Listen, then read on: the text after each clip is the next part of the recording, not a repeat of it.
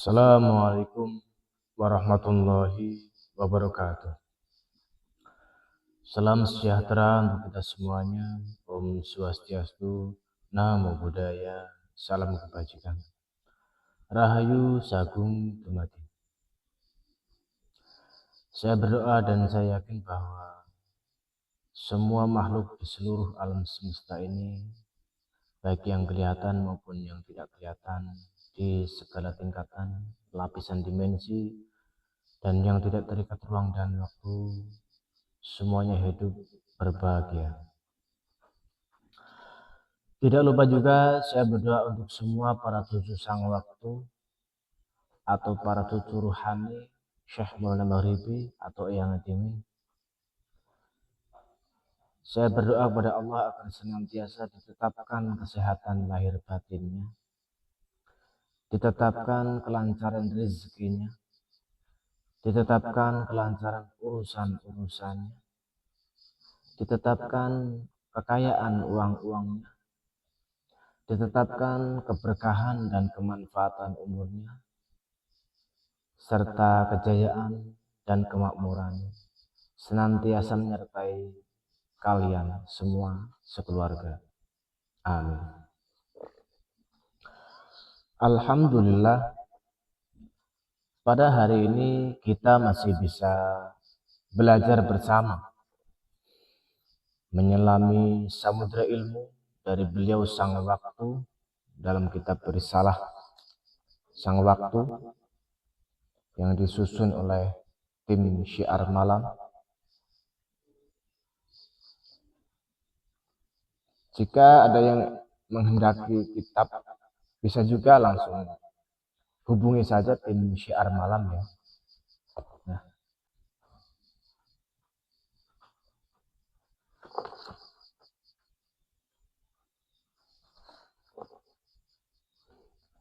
pada hari ini kita masih membahas mengenai mahabbah ya. Namun sebelum itu kita mari membaca Bismillahirrahmanirrahim.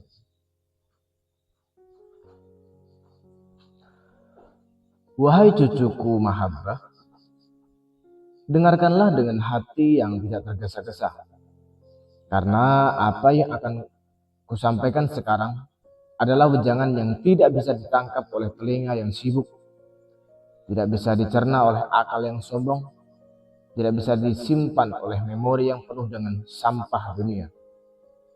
Wejangan ini hanya bisa diterima oleh hati yang kosong, kosong dari prasangka, kosong dari ambisi, kosong dari rasa aku yang selalu ingin menonjol. Pertama, mahabbah bukan tujuan, bukan pula jarak. Wahai cucuku, mari kita awali dengan membongkar asumsi-asumsi yang selama ini mungkin kau pegang tanpa kau sadari. Asumsi bahwa mahabbah adalah tujuan yang harus kau capai, bahwa mahabbah adalah sesuatu yang ada di ujung perjalanan, bahwa mahabbah adalah hadiah yang akan kau terima setelah kau melewati semua rintangan dan ujian. Tidak, wahai cucuku, mahabbah bukan tujuan. Jika engkau menganggap mahabbah sebagai tujuan, maka engkau akan selalu gelisah, selalu bertanya-tanya, apakah aku sudah sampai? Selalu membandingkan dirimu dengan orang lain yang kau anggap lebih tinggi tingkatannya. Dan kegelisahan itu sendiri adalah hijab yang menghalangimu dari merasakan mahabbah yang sesungguhnya.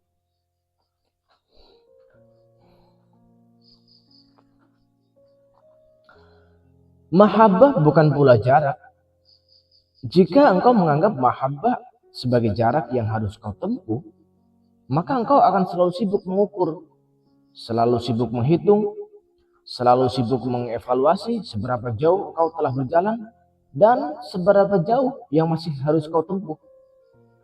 Dan kesibukan mengukur ini akan menyita energimu, sehingga tidak tersisa energi untuk benar-benar mencintai. Lalu apa mahabbah? Mahabbah, wahai cucuku, adalah keadaan. Keadaan yang tidak bisa kau capai dengan usaha. Tidak bisa kau raih dengan kerja keras. Tidak bisa kau beli dengan ibadah yang banyak. Mahabbah adalah keadaan yang Allah berikan kepada hamba yang dikehendakinya. Ketika hamba itu telah siap, ketika hatinya telah bersih, ketika egonya telah luluh, ketika cintanya kepada dunia telah pudar, ketika rindunya kepada Allah telah memuncak. Cucuku, perhatikanlah perumpamaan ini. Apakah yang engkau bisa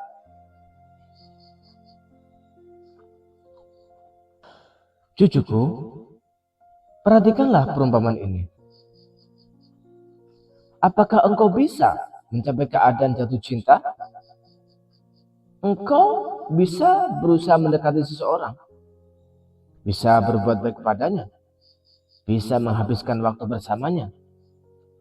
Namun jatuh cinta atau tidaknya di hatimu bukanlah sesuatu yang bisa kau kendalikan sepenuhnya. Ia datang atau tidak, hadir atau tidak, tanpa bisa kau paksakan. Demikian pula mahabbah kepada Allah. Engkau bisa beribadah, bisa berzikir, bisa bersedekah, bisa berpuasa, bisa sholat malam. Namun mahabbah adalah anugerah yang Allah berikan atau tidak berikan, sesuai dengan kehendaknya dan kesiapan hatimu. Jika engkau bertanya, wahai cucuku, apakah aku sudah sampai kepada Allah? Maka ketahuilah, tidak ada yang sampai kepada Allah dengan langkah kakinya. Tidak ada perjalanan fisik yang bisa mengantar kamu ke hadiratnya. Karena dia tidak berada di arah timur atau barat. Tidak berada di atas langit atau di dalam bumi. Tidak berada di tempat yang bisa kau tuju dengan kendaraan atau dengan berjalan kaki. Yang sampai hanyalah hati. Dan itu pun bukan karena usaha hati itu sendiri, tetapi karena Allah memilihnya untuk sampai. Seperti sebutir debu yang terbawa angin ke tempat yang tidak pernah ia bayangkan. Seperti setetes air yang mengalir ke samudra tanpa bisa menolak. Seperti sehelai daun yang jatuh ke tanah tanpa bisa memilih kemana ia akan jatuh. Demikian pula hati yang sampai kepada Allah. Ia tidak bisa memutuskan untuk sampai. Ia tidak berusaha untuk sampai. Ia hanya terbawa oleh arus cinta yang lebih besar darinya. Hanya tertarik oleh gravitasi kerinduan yang tidak bisa ia lawan. Hanya diangkat oleh tangan Allah yang Maha Kuasa. Maka, wahai cucuku, jangan kau sibukkan dirimu dengan pertanyaan apakah aku sudah sampai. Karena pertanyaan itu sendiri adalah bukti bahwa engkau belum sampai. Orang yang sedang tidur tidak pernah bertanya apakah aku sedang tidur. Karena jika ia bertanya, berarti ia sudah bangun. Orang yang pingsan tidak pernah bertanya apakah aku pingsan. Karena jika ia bertanya, berarti ia sudah sadar. Orang yang mabuk cinta tidak pernah bertanya apakah aku mabuk cinta. Karena jika ia bertanya, berarti ia masih sadar. Dan kesadarannya itu adalah bukti bahwa ia belum sepenuhnya tenggelam. Mahabbah bukan perjalanan yang engkau tempuh dengan kakimu, tetapi cahaya yang Allah letakkan di dalam dadamu. Sehingga engkau mampu berjalan mendekat kepadanya. Perhatikanlah perbedaan ini, wahai cucuku. Jika engkau berjalan dengan kakimu sendiri, engkau bisa lelah, bisa berhenti, bisa menyerah. Namun jika engkau berjalan dengan cahaya yang Allah letakkan di dalammu, maka engkau tidak akan lelah. Karena bukan engkau yang berjalan, tetapi cahaya itu yang membawamu. Engkau tidak akan berhenti, karena cahaya itu tidak pernah berhenti bersinar. Engkau tidak akan menyerah, karena cahaya itu tidak mengenal kata menyerah. Sang waktu berkata, perjalanan menuju Allah tidak diukur dengan jarak yang ditempuh, tetapi dengan kehancuran ego yang dialami. Setiap kali egomu hancur, engkau selangkah lebih dekat. Setiap kali egomu utuh, engkau selangkah lebih jauh. Dan kehancuran ego tidak bisa kau usahakan. Ia adalah anugerah yang jatuh dari langit ketika engkau tidak sedang mencarinya. Kedua, jalan Sadziliyah hanyalah kendaraan, bukan Allah. Wahai cucuku mahabbah, engkau bertanya dalam konteks jalan Sadziliyah, tarekat yang mulia yang diwariskan oleh Siti Abu Hasan As-Sadzili, seorang wali kutub yang ilmunya sangat dalam dan cintanya sangat membara kepada Allah. Namun jangan kau kira bahwa Sadziliyah adalah tujuannya.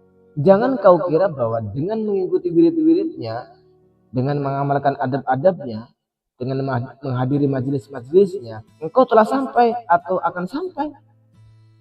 Sadziliyah sebagaimana Qadiriyah, Naksabandiyah, Rifaiyah, dan semua tarekat yang mulia lainnya hanyalah kendaraan. Ia adalah perahu yang membawamu menyeberangi lautan. Ia adalah jembatan yang menghubungkan tepi yang satu dengan tepi yang lain. Ia adalah tangga yang membantumu naik ke tingkat yang lebih tinggi. Namun, perahu bukanlah tujuan, jembatan bukanlah daratan, tangga bukanlah lantai atas. Jangan kau berhenti di perahu, mengira bahwa kau telah sampai. Jangan kau duduk di jembatan, mengira bahwa kau telah tiba. Jangan kau bersandar di tangga, mengira bahwa kau telah mencapai puncak. Rasulullah bersabda dalam hadis yang diriwayatkan oleh para ulama hadis, yaitu barang siapa mengenal dirinya, maka ia mengenal Tuhannya. Cucuku, hadis ini sangat dalam. Rasulullah tidak mengatakan barang siapa mengenal tarekatnya, maka ia mengenal Tuhannya. Beliau tidak mengatakan barang siapa mengenal gurunya, maka ia mengenal Tuhannya. Beliau juga tidak mengatakan barang siapa mengenal wiridnya, maka ia mengenal Tuhannya. Beliau mengatakan barang siapa mengenal dirinya. Mengenal diri bukan dalam arti mengetahui nama dan silsilah, bukan. Dalam arti mengetahui kelebihan dan kekurangan. Bukan dalam arti mengetahui potensi dan bakat. Mengenal diri dalam arti yang paling dalam. Menyadari bahwa dirinya tidak memiliki wujud hakiki, bahwa dirinya hanyalah bayangan, bahwa dirinya hanyalah cermin yang memantulkan cahaya Allah. Jalan tarekat, wahai cucuku, adalah alat untuk mengenal diri. Wirid-wiridnya membersihkan hatimu dari debu-debu dosa. Zikir-zikirnya mengingatkanmu kepada Allah di saat lupa. Adab-adabnya meluruskan perilakumu agar sesuai dengan sunnah Rasul. Namun semua itu hanyalah alat. Jangan kau keliru menjadikan alat sebagai tujuan. Jangan kau sibuk dengan perahu sehingga lupa bahwa tujuannya adalah menyeberang. Jangan kau sibuk dengan jembatan sehingga lupa bahwa tujuannya adalah sampai ke seberang. Jangan kau sibuk dengan tangga sehingga lupa bahwa tujuannya adalah mencapai lantai atas. Mahabbah adalah bahan bakar yang menggerakkan kendaraan ini. Tanpa mahabbah, tarekat hanya akan menjadi rutinitas yang membosankan, menjadi ritual yang hampa, menjadi gerakan-gerakan fisik tanpa ruh. Dengan mahabbah, setiap wirid menjadi percakapan dengan kasih. Setiap zikir menjadi bisikan cinta. Sebab adab menjadi ekspresi kerinduan. Allah adalah tujuan, bukan Sadziliyah, bukan Qadiriyah, bukan Naksabandiyah, bukan gurumu, bukan khalifahmu, bukan syekhmu, bukan zikirmu, bukan wiridmu, bukan amalan, hanya Allah, hanya wajahnya yang kekal, hanya zatnya yang abadi. Segala sesuatu selain dia adalah fana, akan lenyap, akan hancur. Maka jangan kau gantungkan hatimu pada sesuatu yang fana, karena kau akan kecewa ketika ia lenyap. Gantungkan hatimu hanya kepada Allah, karena ia tidak pernah lenyap, tidak pernah berubah, tidak pernah pergi.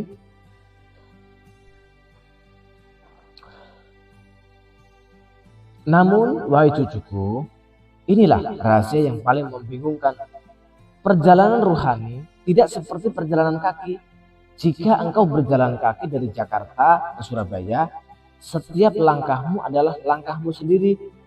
Engkau menentukan kapan mulai, kapan berhenti, kapan cepat, kapan lambat.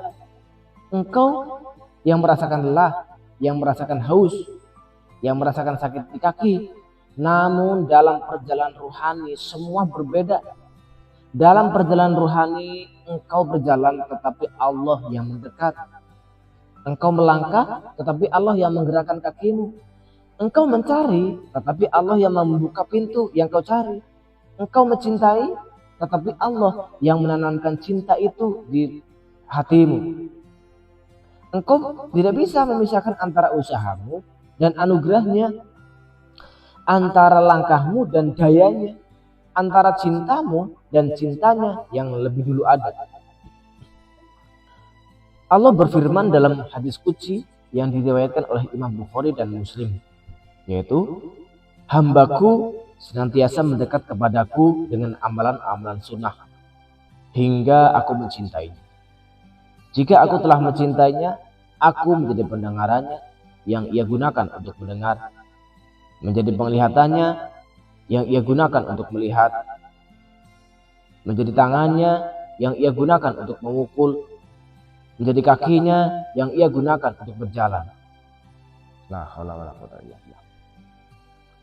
Cucuku, renungkanlah hadis ini. Allah tidak mengatakan bahwa hambanya menjadi pendengaran Allah. Allah mengatakan bahwa Allah menjadi pendengaran hambanya. Hamba tidak naik menjadi Allah, itu adalah kesesatan. Tetapi Allah turun dalam arti rahmat dan perhatiannya, sehingga hamba tidak lagi mendengar dengan telinganya sendiri, tetapi dengan pertolongan Allah. Hamba tidak lagi melihat dengan matanya sendiri, tetapi dengan cahaya Allah. Hamba tidak lagi berjalan dengan kakinya sendiri, tetapi dengan kekuatan yang Allah berikan. Inilah yang disebut oleh sang waktu sebagai baqo ba'dal fana, untuk kekal setelah fana, setelah ego hancur, setelah rasa aku lenyap, setelah tidak ada lagi yang tersisa kecuali kesadaran akan kehadiran Allah, maka hamba dihidupkan kembali dengan kehidupan yang baru, kehidupan di mana ia tidak lagi bergerak dengan kehendaknya, tetapi dengan kehendak Allah. Ia tidak lagi mencintai dengan cintanya, tetapi dengan cinta yang Allah alirkan melalui dirinya. 3. Sudah sampai. Itu tanda belum fana. Wahai cucuku mahabbah, inilah ujian yang paling jujur untuk mengetahui sejauh mana perjalanan ruhanimu. Jika seseorang bertanya baik dengan lisan maupun dalam hati, apakah aku sudah sampai kepada Allah? Maka itu adalah tanda yang sangat jelas bahwa akunya masih hidup, masih kuat, masih menjadi pusat dari segala perhatiannya. Cucuku, perhatikanlah kata aku dalam pertanyaan itu adalah ego. Ego yang masih merasa terpisah dari Allah. Ego yang masih menganggap dirinya sebagai subjek yang sedang berjalan menuju objek yang bernama Allah. Ego yang masih sibuk dengan dirinya sendiri, dengan statusnya, dengan pencapaiannya, dengan tingkatannya. Ego yang belum hancur, belum lebur, belum fana. Orang yang benar-benar telah sampai dalam pengertian fana adalah cinta Allah tidak lagi bertanya, sudah sampai atau belum? Karena pertanyaan itu mengandaikan adanya dua entitas, yang bertanya dan yang ditanya, yang berjalan dan yang dituju, yang mencintai dan yang dicintai. Padahal dalam keadaan fana, dualitas itu telah lenyap. Tidak ada lagi aku dan engkau. Yang ada hanya keesaan, hanya kesatuan, hanya ketunggalan.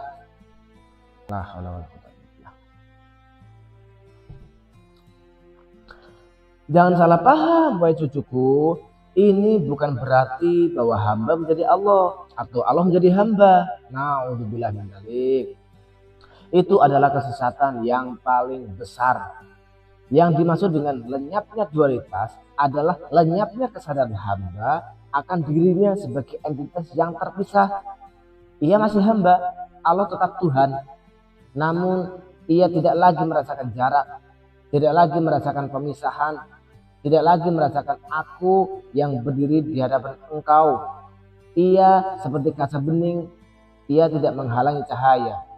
Ia tidak memantulkan cahaya ke dirinya sendiri, ia hanya membiarkan cahaya menembusnya.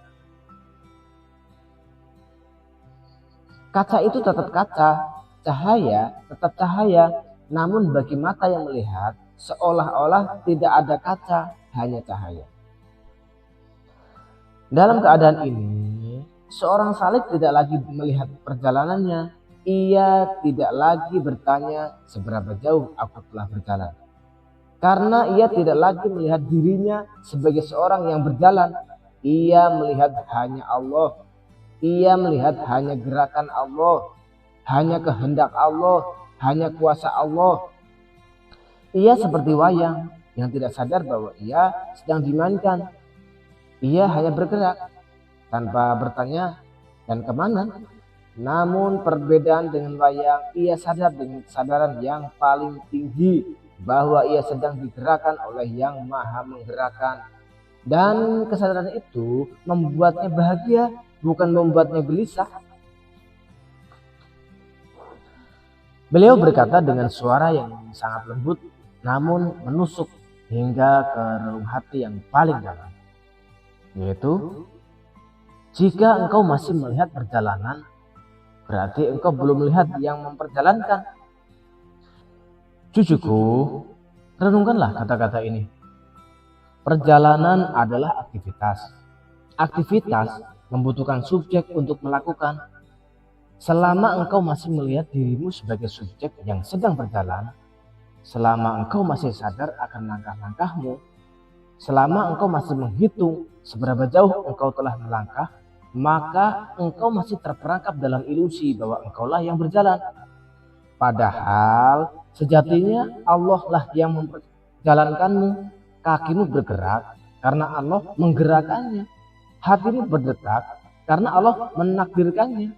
Rindumu muncul karena Allah menanamkannya. Semua adalah Allah, semua dari Allah, semua karena Allah. Maka jika engkau masih sibuk dengan perjalananmu, berarti engkau masih sibuk dengan dirimu sendiri, bukan dengan Allah. Para arif billah, wahai cucuku, ketika mereka berjalan di jalan Allah, mereka tidak merasakan bahwa mereka sedang berjalan. Mereka seperti orang yang terbang. Ia tidak merasakan pijakan kaki, tidak merasakan beban tubuh, tidak merasakan lelah. Ia hanya merasakan angin yang menerpa wajahnya, hanya merasakan ketinggian yang memabukkan, hanya merasakan kebebasan yang tidak bisa dijelaskan. Dan di atas segalanya, ia merasakan kehadiran yang membawanya terbang, yang tidak bisa ia lihat, tapi selalu ia rasakan. Keempat, mahabbah tingkat tinggi, bukan mendekat, tetapi didekatkan.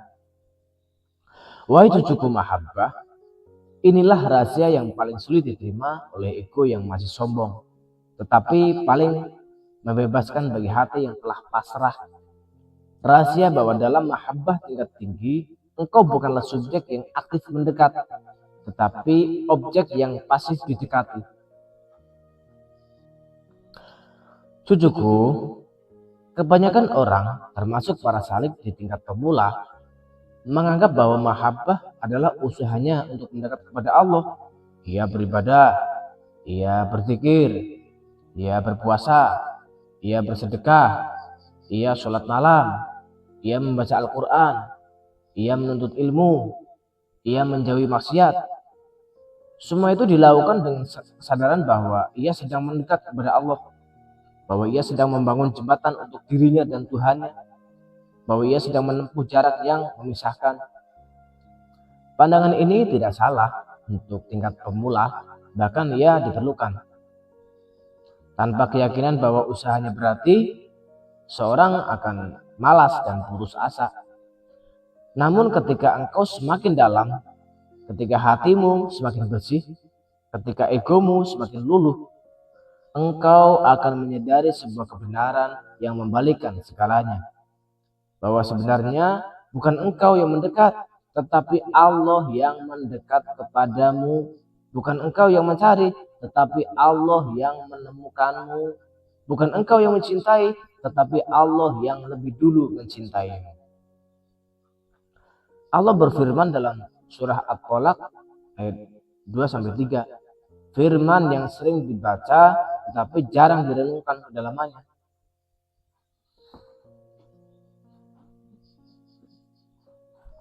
Yaitu, dan barang siapa bertakwa kepada Allah, niscaya Allah akan membukakan jalan keluar baginya dan memberinya rezeki dari arah yang tidak dia sangka. Dan barang siapa bertawakal kepada Allah, niscaya Allah akan mencukupkan keperluannya. Sesungguhnya Allah melaksanakan urusan yang dikehendakinya. Sungguh Allah telah mengadakan ketentuan bagi setiap sesuatu. Dasarnya Quran surah At-Tolaq ayat 2-3. Cucuku, perhatikanlah frasa dari arah yang tidak ia sangka. Allah tidak mengatakan dari arah yang ia usahakan atau dari arah yang ia rencanakan. Allah mengatakan dari arah yang tidak ia sangka. Artinya, pertolongan Allah, rahmat Allah, kedekatan Allah datang ketika hamba tidak sedang mengharapkannya, tidak sedang merencanakannya, tidak sedang berusaha meraihnya. Ia datang tiba-tiba, tanpa diundang, tanpa dipersiapkan, tanpa diusahakan. Ia datang sebagai kejutan, sebagai hadiah, sebagai anugerah yang tidak terduga. Inilah mahabbah tingkat tinggi, wahai cucuku. Bukan engkau yang berjalan menuju Allah, tetapi Allah yang mendatangi engkau dengan caranya yang tidak kau duga. Bukan engkau yang mencarinya, tetapi Dia yang menemukanmu ketika engkau sedang sibuk dengan urusanmu sendiri. Bukan engkau yang membuka pintu hatimu untuknya, tetapi Dia yang masuk ke dalam hatimu ketika engkau tidak sedang menjaganya.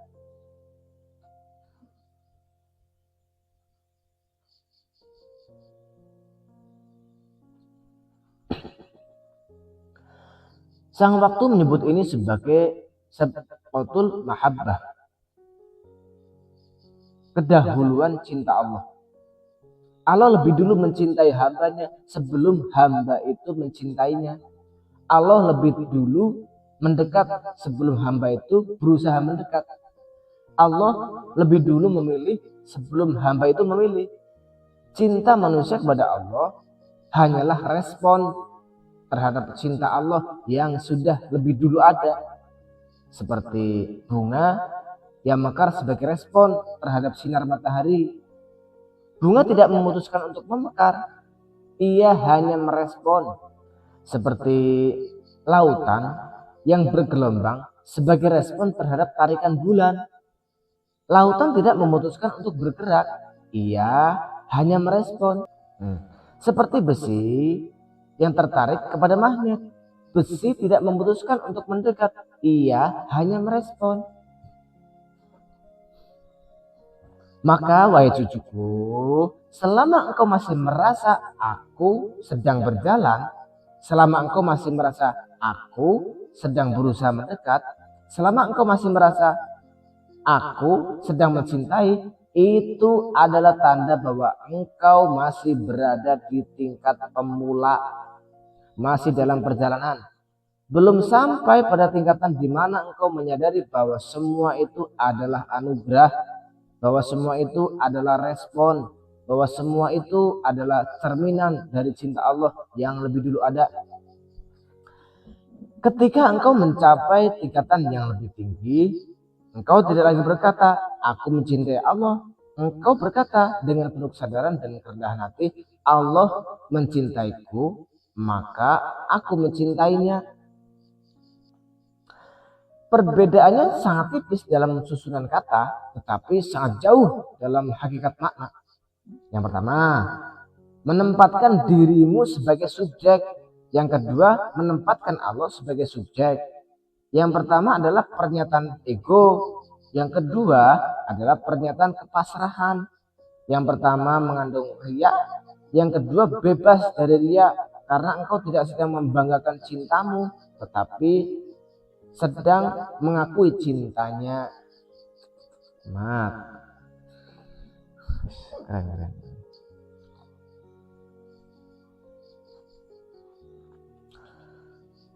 Kelima, mahabbah dalam sadiliyah, jalan menuju fana, bukan finish. Wahai cucuku mahabbah, engkau bertanya dalam konteks jalan sadiliyah, maka aku akan menjawab dalam konteks itu pula, agar engkau tidak bingung dan tidak tersesat.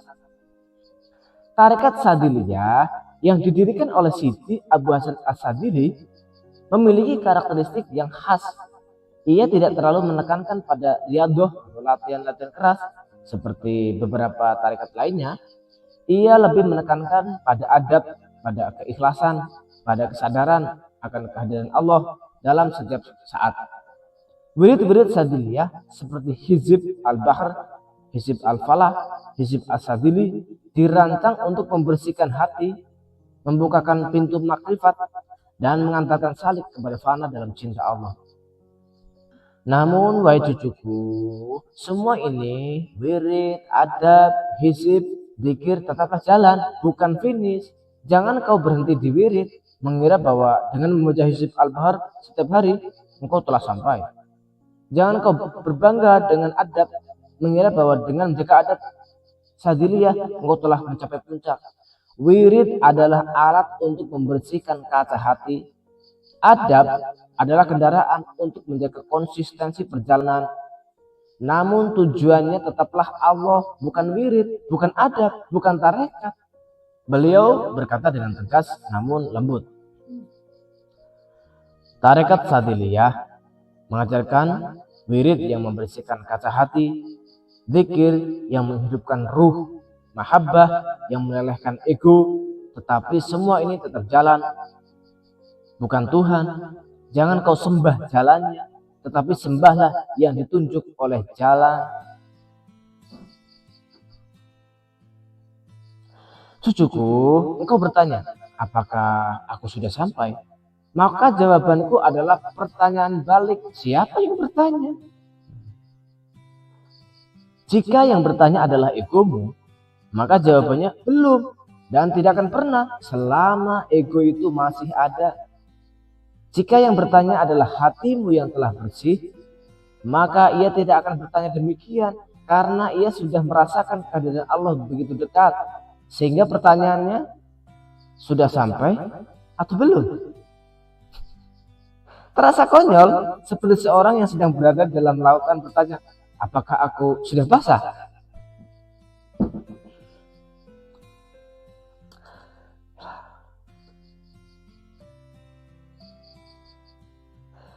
Selama engkau masih melihat engkau, selama engkau masih sadar akan dirimu sebagai entitas yang terpisah, selama engkau masih merasakan bahwa ada aku yang sedang bertanya dan engkau yang sedang dijawab, maka engkau belum sampai.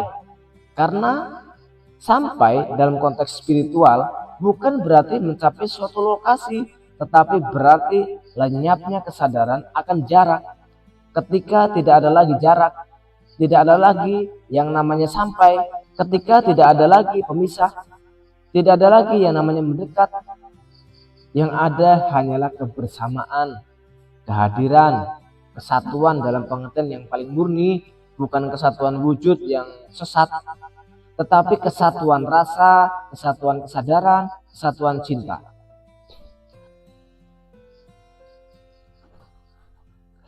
Jika engkau hanya melihat Allah dalam segala sesuatu, jika engkau melihat Allah di balik setiap kejadian, di balik setiap wajah, di balik setiap suara, di balik setiap diam, maka engkau telah sampai.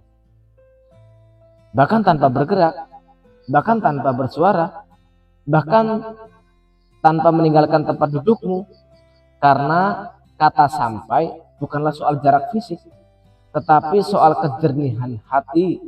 Hati yang jernih tidak perlu berjalan kemanapun untuk melihat Allah. Ia melihat Allah di sini sekarang, di dalam diri sendiri, di luar dirinya, di atas, di bawah, di kanan, di kiri. Tidak ada tempat yang kosong dari Allah. Tidak ada waktu yang luang dari Allah. Tidak ada hati yang tertutup dari Allah bagi mereka yang telah diberi penglihatan batin.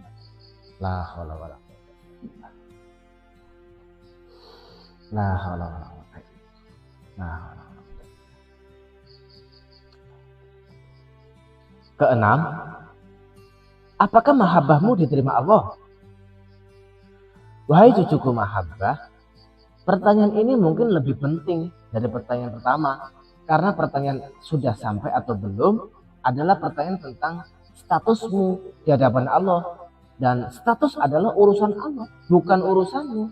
Sedangkan pertanyaan apakah mahabbahku diterima adalah pertanyaan tentang kualitas hubunganmu dengan Allah. Dan meskipun tetap urusan Allah, engkau bisa merasakan tanda-tandanya dari dalam hatimu. Sang waktu menjawab dengan suara yang sangat lembut, suara yang seolah-olah berasal dari kedalaman bumi, sekaligus dari ketinggian langit. Suara yang membuat bulu kuduk merinding dan hati terasa hangat sekaligus, yaitu, jika Allah telah menanam rindu kepadanya dalam hatimu, itu sudah bukti bahwa Dia mencintaimu. Dan jika Dia mencintaimu, maka engkau sudah lebih dekat daripada nadi di lehermu sendiri. Cucuku, perhatikanlah. Tidak semua orang diberikan rasa rindu kepada Allah. Banyak manusia yang hidup puluhan tahun, bahkan hingga tua, tanpa pernah merasakan getaran ruhani ketika mendengar nama Allah. Mereka sholat karena kewajiban, puasa karena tradisi, zakat karena rutinitas, haji karena gengsi sosial. Hati mereka tidak pernah bergetar, tidak pernah menangis, tidak pernah merindu. Mereka tidak pernah merasakan apa yang kau rasakan saat ini, kegelisahan yang manis, kerinduan yang menyakitkan, kebingungan yang membahagiakan. Mat.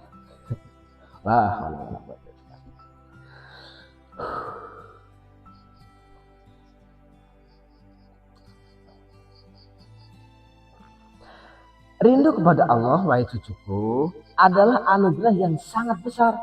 Ia adalah tanda bahwa Allah sedang memperhatikanmu, bahwa Allah sedang mendekatimu, bahwa Allah sedang mempersiapkanmu untuk sesuatu yang lebih besar.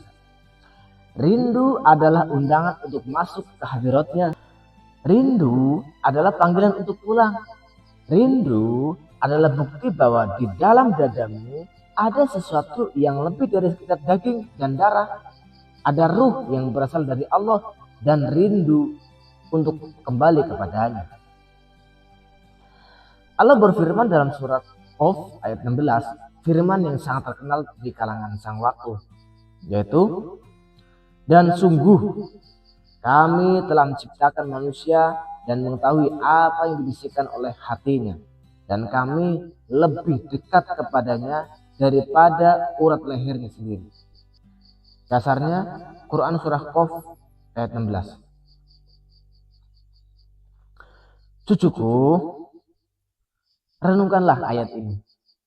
Allah tidak mengatakan bahwa ia dekat, atau bahwa ia bisa dekat, atau bahwa ia akan dekat. Allah mengatakan kami lebih dekat daripada apa? Lebih dekat daripada urat lehermu sendiri. Urat leher adalah bagian yang paling dekat dengan kesadaranmu, yang paling terhubung dengan otakmu, yang paling sulit kau pisahkan darimu. Namun Allah lebih dekat dari itu. Allah lebih dekat dari kesadaranmu sendiri. Allah lebih dekat dari pikiranmu sendiri. Allah lebih dekat dari egomu sendiri.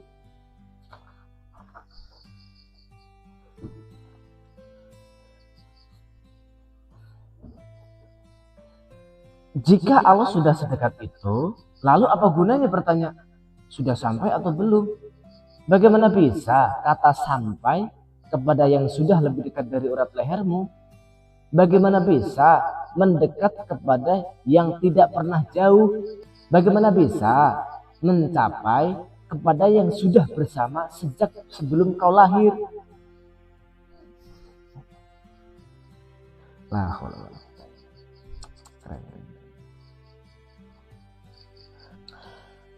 Maka wahai cucuku, mahabbahmu bukanlah bukti bahwa engkau mencintai Allah. Mahabbahmu adalah bukti bahwa Allah sedang mencintaimu. Karena tidak mungkin seseorang mencintai Allah jika Allah tidak lebih dulu mencintainya. Tidak mungkin hati seseorang tertarik kepada Allah jika Allah tidak lebih dulu menariknya. Tidak mungkin ruh seseorang rindu kepada Allah jika Allah tidak lebih dulu menanamkannya kerinduan itu.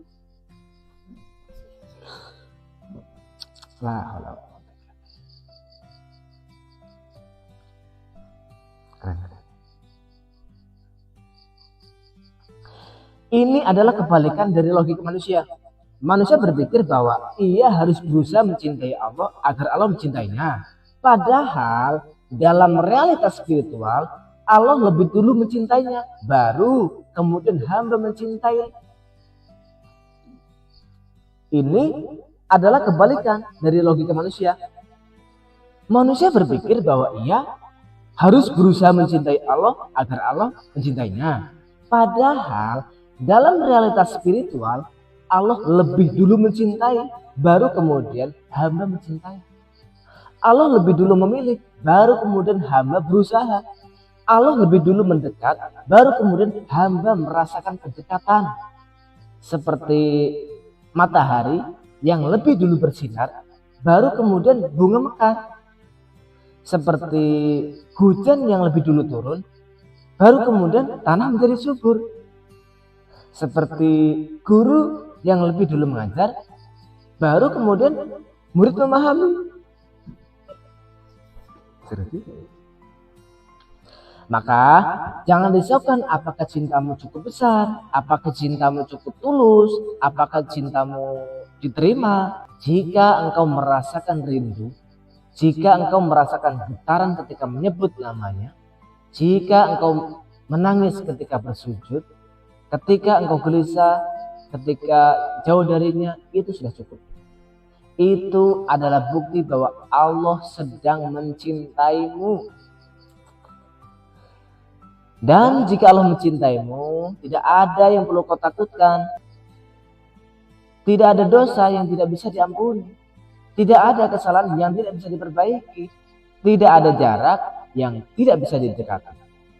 Cinta Allah lebih besar dari segalanya, lebih kuat dari segalanya, lebih luas dari segalanya.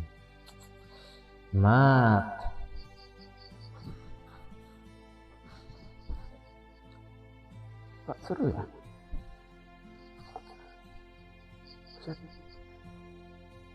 Sejam. Ketujuh, mahabbah adalah undangan, bukan kepastian sampai. Wahai cucuku mahabbah, inilah perumpamaan terakhir yang akan kusampaikan dalam wejangan ini. Perumpamaan tentang undangan dan perjamuan yang akan menjelaskan hubungan antara mahabbah yang kau rasakan sekarang dan kata sampai yang kau tanyakan. Cucuku, Bayangkanlah engkau menerima sebuah undangan dari seorang raja yang sangat agung, yang sangat berkuasa, yang sangat pemurah. Undangan itu ditulis dengan tinta emas di atas kertas yang harum, dibungkus dengan amplop yang indah, diantarkan oleh utusan yang berpakaian rapi.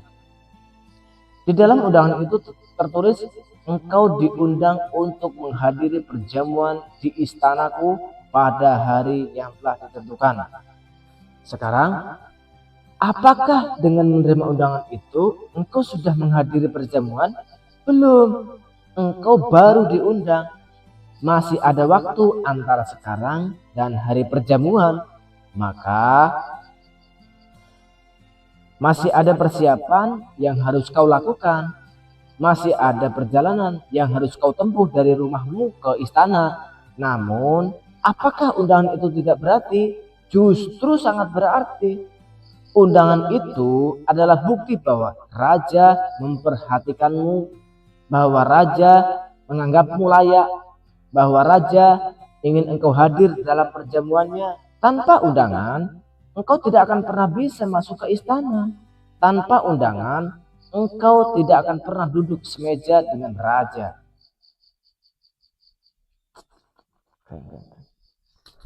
Alhamdulillah.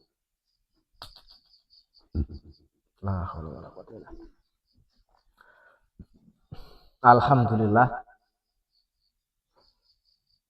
hari ini kita telah selesai belajar bersama tentang sebab mahabbah. Saya semakin hari semakin merasa menikmati gitu. Ini seru gitu, semacam yang saya rasakan ya. Semakin lagi diajak ngobrol gitu, semakin lagi seperti lagi diajak ngobrol, lagi diajak diskusi, ya, seperti lagi diajak diskusi oleh sang waktu. Dan ini keren gitu. Kalau bagi orang yang kekinian ya keren lah. Ya. Bagi yang menginginkan tentang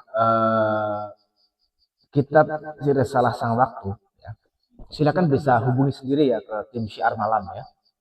Ke tim Syiar Malam, barangkali stok masih tersedia. Barangkali nggak sabar, saya pengen yang lain, silakan. Itu bebas lah ya. Saya hanya sebatas ingin sekedar belajar bersama. Saya lagi baca ya, daripada sendiri ya saya shoot gitu ya. Oke. Sementara itu yang bisa saya sampaikan dari belajar bersama tentang Risalah Sang Waktu. Jika ada kekurangan saya mohon maaf. Akhir kata, Assalamualaikum warahmatullahi wabarakatuh. Om Santi Santi.